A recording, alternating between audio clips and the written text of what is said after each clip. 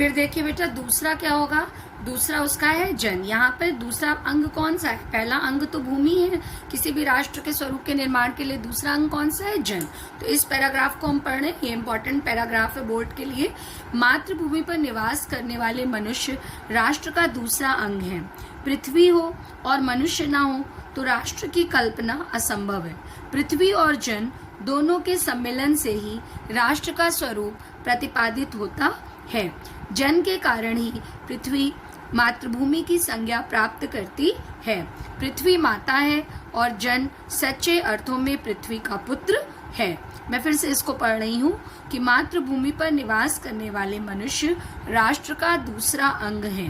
पृथ्वी हो और मनुष्य ना हो तो राष्ट्र की कल्पना असंभव है। पृथ्वी और जन दोनों के सम्मिलन से ही राष्ट्र का स्वरूप संपादित होता है।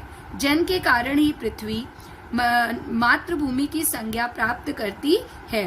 पृथ्वी माता है और जन सच्चे अर्थों में पृथ्वी का पुत्र है। माता भूमि पुत्रोहम पृथिव्याः, भूमि माता है, मैं उसका पुत्र हूँ। जब मैंने आपको ये बताया, ये देखिए संस्कृत का लाइन बीच में दी गई है, माता भूमि पुत्रोहम पृथिव्याः। ये मैंने जब आपको बताया था वासुदेव शरण अग्रवाल जी की जीवनी, तो उसमें कहा था कि वो उदाहरण शैली का प्रयोग करते हैं, उदाहरण देने का प्रयोग बहुत ज्यादा करते हैं। तो ये उदाहरण मैंने आपको बताया था। अब यहाँ पर ये जो बात कह रहे हैं इसका मतलब क्या है, इसकी व्याख्या आप कैसे करेंगे कि राष्ट्र का जो प्रथम अंग है बेटा वो भूमि है और दूसरा अनिवार्य अंग कौन सा है, जन, या जिसको हम मनुष्य कहते हैं। यदि पृथ्वी पर मनुष्य होंगे तो राष्ट्र का निर्माण होगा और यदि पृथ्वी पर मनुष्य नहीं होंगे तो राष्ट्र का निर्माण जो है वो असंभव होगा।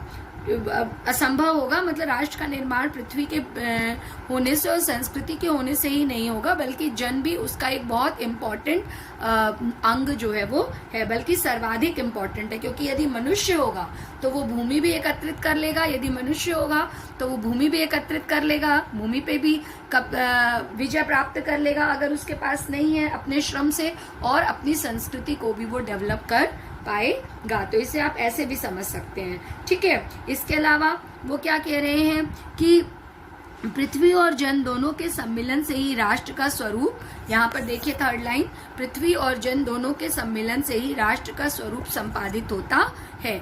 जन के कारण ही पृथ्वी मातृभूमि की संज्ञा प्राप्त करती है। इसका मतलब क्या हुआ कि भूमि और जन अर्थात उसे भूभाग की निवासी जनता, जिस भूभाग पर व्यक्ति रहेगा वो और उसकी जनता से मिलकर के ही एक राष्ट्र की संकल्पना जो है वो संभव हो पाएगी। जैसे उदाहरण के लिए कुछ आप ऐसे उदाहरण ले सकते हैं कि कुछ ग्रह ऐसे हैं जहाँ पर धरातल तो है, भूमि तो है, लेकिन वहाँ पर मानव जीवन नहीं है। आपको पता है कि पृथ्वी के अलावा और प्लैनेट्स, जिसे आप इंग्लिश में कहते हैं, और ग्रह भी हमारे इस भूमंडल पर, इस अंतरिक्ष में है, लेकिन चूंकि वहाँ पर मनुष्य नहीं है तो हम राष्ट्र की परिकल्पना वहाँ पर नहीं कर सकते, है ना।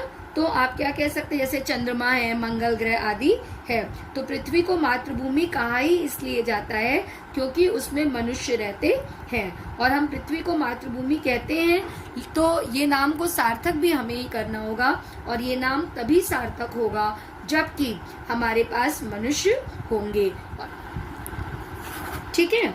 तो देखिए क्या मतलब हुआ कि ये पृथ्वी का नाम तभी सार्थक होगा जब हम उसे पुत्र की तरह या पुत्री की तरह माँ का सम्मान इस पृथ्वी को देंगे।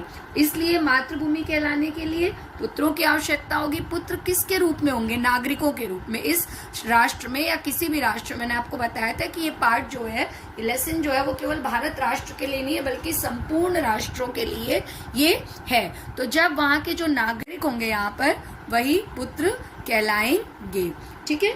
उसके बाद देखिए वो क्या कह रहे हैं कि इसलिए राष्ट्र के दो प्रधान अंग कौन से होंगे, एक निश्चित भूभाग होगा और उस भूभाग पर रहने वाले नागरिक जो हैं वो होंगे, तभी हमारा राष्ट्र जो है वो उसकी संकल्पना की जा सकेगी। और वस्तुतः हम ये कह सकते हैं कि किसी देश के नागरिक ही उनके सच्चे पुत्र हैं, उस पृथ्वी के सच्चे पुत्र हैं, और किसी भूभाग का राष्ट्र कहलाना तभी सार्थक होता है जब उस पर निवास करने वाले जनों के हृदय में मातृभूमि के लिए सम्मान और मर मिटने का संकल्प होता है।